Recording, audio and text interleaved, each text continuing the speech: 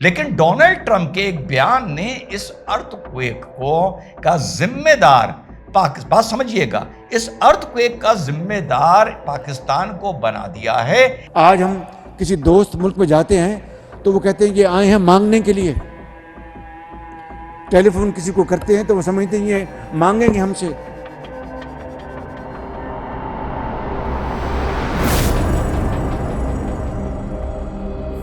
Hello, नमस्कार, सत श्री अकाल, अस्सलाम वालेकुम। कैसे हैं जनाब? खाने को नहीं दाने और अम्मा चली भुनाने, इस मुद्दे पर बाद में आएंगे। एक छोटा सा कंपाइलेशन लाया हूं।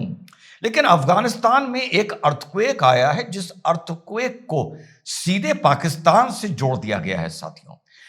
मज़ार शरीफ अफगानिस्तान में, जो अफगानिस्तान के शहरों की तुलना में एक बड़ा शहर है, लगभग 5-6 लाख वहां पर लोग रहते हैं। वहां पर अभी अभी कुछ देर पहले साहब एक बड़ा जबरदस्त भूकंप आया है, जिसका स्केल 6.3 या 6.7 बताया जा रहा है। अफगानिस्तान के हवाले से यह खबर आ रही है कि लगभग 1000 आदमी इसमें घायल हुआ है और लगभग 20 से 30 आदमी के हलाक होने की, मरने की खबर है। वैसे ऐसे मामलों में धीरे धीरे जब न्यूज अनफोल्ड करती है, रिलीफ ऑपरेशंस होते हैं, कम्युनिकेशन साफ होता है, तो ज्यादा पता चलता है कि क्या नुकसान हुआ है। लेकिन हां, अर्थक्वेक मज़ार शरीफ पाकिस्तान अफगानिस्तान में बड़ा आया है और एक ब्लू मॉस्क कहलाती है, जो मज़ार कहलाता है हजरत अली का, उसके भी डैमेज होने की साथियों यहां पर खबर है। यूं तो ये प्रथम दृष्टिया अफगानिस्तान एक ऐसे रीजन में आता है जहां पर अर्थक्वेक आते रहते हैं, लेकिन डोनाल्ड ट्रंप के एक बयान ने इस अर्थक्वेक को का जिम्मेदार बात समझिएगा, इस अर्थक्वेक का जिम्मेदार पाकिस्तान को बना दिया है, ऐसे हालातों में जो इस टाइम अफगानिस्तान और पाकिस्तान के चल रहे हैं। हुआ यह है कि डोनाल्ड ट्रंप जब साउथ एशिया का टूर करके चाइना से वो टैरिफ का, रेयर अर्थ का, सुपर एडवांस चिप्स का, सोयाबीन का वगैरह वगैरह, इस पे कल मैंने अपलोड किया था, वो सब समझौता करके साउथ कोरिया से जब लौट रहे थे, तो एयरफोर्स वन में भी प्रेस कॉन्फ्रेंस होती है, हमेशा दरवाजे पर लटक के वो प्रेस कॉन्फ्रेंस करते हैं। उसमें उन्होंने कहा कि बहुत से देश, रशिया, चाइना वगैरह वगैरह, न्यूक्लियर टेस्ट कर रहे हैं और हमें भी, हमारे पास भी बहुत न्यूक्लियर वेपन्स हैं, लेकिन अब हमें भी टेस्ट नए करने पड़ेंगे, यानी टेक्नोलॉजी को और एडवांस करना पड़ेगा, न्यूक्लियर टेक्नोलॉजी को, वेपनाइजिंग को। उसके बाद अमेरिका पहुंच के सीबीएस एक चैनल है, उसका 60 मिनट्स एक प्रोग्राम है, उसमें डोनाल्ड ट्रंप का इंटरव्यू होता है 1:1। उस इंटरव्यू में डोनाल्ड ट्रंप एक बयान देता है कि रशिया, चाइना, नॉर्थ कोरिया, कोई बात नहीं है, सब जानते हैं कि ये लोग न्यूक्लियर टेस्ट करते रहते हैं। आपके पुतिन ने भी हाल में बोला है कि मैं न्यूक्लियर टेस्ट करने जा रहा हूं। लेकिन जो सीबीएस में इंटरव्यू दिया डोनाल्ड ट्रंप ने, उसमें उसने पाकिस्तान का नाम भी लिया कि पाकिस्तान भी न्यूक्लियर टेस्ट कर रहा है डीप अंडरग्राउंड। अब ये बात बोलते ही अफगानिस्तान के इस भीषण अर्थक्वेक का, जहां पर इमाम अली की जो वहां पर मकबरा था या दरगाह थी, उसको भी नुकसान पहुंचा है मज़ार शरीफ में, इतने संजीदा और इतने टेंस माहौल में जो अफगानिस्तान और पाकिस्तान का मैटर चल रहा है, डोनाल्ड ट्रंप के इस बयान को तो बहुत से लोग बिल्कुल सीधा सीधा देख रहे होंगे कि ओ भैया, पाकिस्तान न्यूक्लियर वेपन टेस्ट कर रहा है। मुझे यह बयान कुछ समझ में नहीं आ रहा, क्योंकि अगर अमेरिका को न्यूक्लियर वेपन टेस्ट ही करने हैं खतरे के पॉइंट ऑफ व्यू से, तो चलिए मान लेता हूं रशिया की टेस्टिंग का जवाब देना चाहिए, नॉर्थ कोरिया का देना चाहिए, चाइना का भी देना चाहिए। पाकिस्तान का न्यूक्लियर टेस्ट अमेरिका को कैसे इंस्पायर कर रहा है अपने न्यूक्लियर टेस्ट करने के लिए, ये बतौर एक वक्ता और अधिवक्ता मुझे ये बात समझ में साथियों नहीं आ रही है। मुझे ये लगने लगा है साथियों कि डोनाल्ड ट्रंप की एक नीति है, जरा रिवाइंड करके देखिएगा। डोनाल्ड ट्रंप कियोस पे सरवाइव कर रहा है। डोनाल्ड ट्रंप ने आते ही दुनिया में कियोस मचाना शुरू किया, ग्रीनलैंड को लेके, पनामा को लेके, किसी चीज को लेके, आइस को लेके, इमिग्रेंट्स को लेके, हथकड़ी लगाना, भेजना, बयानबाजी वगैरह वगैरह, रशिया को लेकर कि भैया वो तो मेरा दोस्त है, मान जाएगा, कोई भी उसको लाइमलाइट, उसे सुर्खियों में बने रहने का शौक है जो मुझे नजर आ रहा है, और वो बंदा कियोस पे सरवाइव कर रहा है। अभी उसको लगा कि गाजा का इजराइल का जो इसने पीस टॉक करवाई थी वो हल्की सी फेल हो रही हैं, तो इसने वेनेजुला का रास्ता खोल दिया। अब भैया खबर चलने लगी कि वेनेजुला को 16,000 लोगों ने घेर लिया है और शिप्स लग गई हैं और वेनेजुला पे अटैक होने जा रहा है।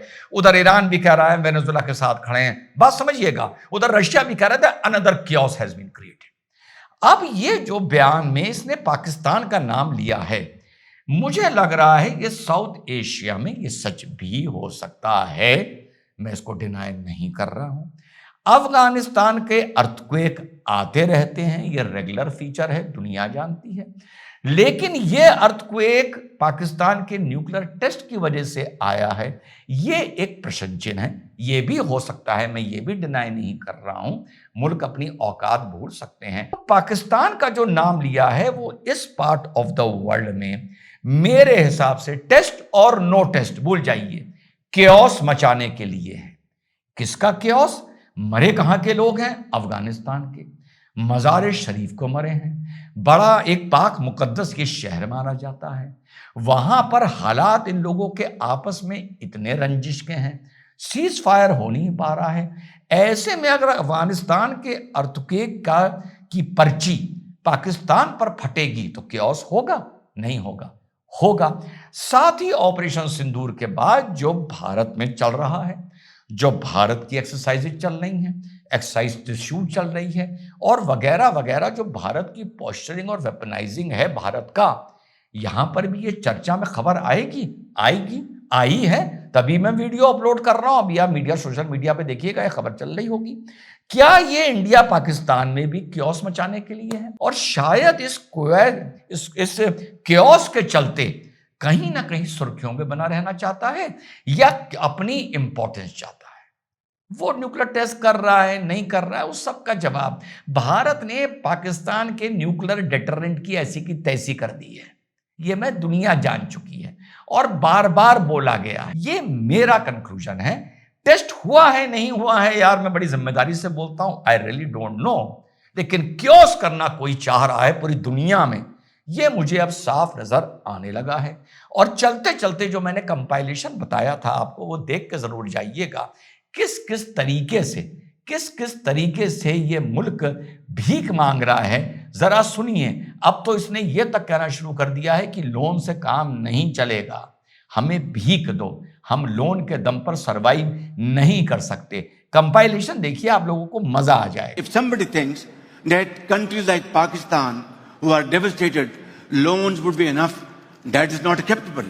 It is something which is absolutely unacceptable, because loans over loans, your back will break and you will never be able to stand up.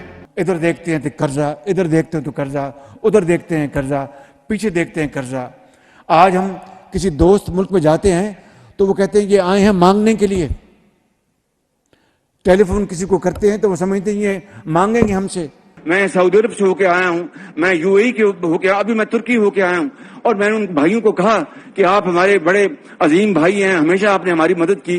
और मैंने यही कहा, जब मैं आया हूँ तो आप समझेंगे शायद ये मांगने आया है, मैं मांगने नहीं आया, लेकिन मजबूरी है। जी हाँ साथियों, सुना आपने। तो ये मुल्क के पास अभी खाने को नहीं है, इसके न्यूक्लियर टेस्ट वेस्ट से कोई फर्क नहीं पड़ता है। दिमाग मेरा वहां ठनक रहा है कि पाकिस्तान का नाम लेकर ट्रंप इन तीनों मुल्कों में जितनी भी रंजिश चल रही है उसको बढ़ाना चाहता है, ताकि जब पूरी दुनिया में रंजिश चलेगी तब जाके ट्रंप का वैल्यू या महत्व बढ़ेगा। ये मेरी अंडरस्टैंडिंग है डोनाल्ड ट्रंप की पर्सनैलिटी के बारे में। बाकी आप लोग कमेंट करके मुझे एजुकेट करिएगा। जय हिंद, वंदे मातरम, खुदा हाफिज़।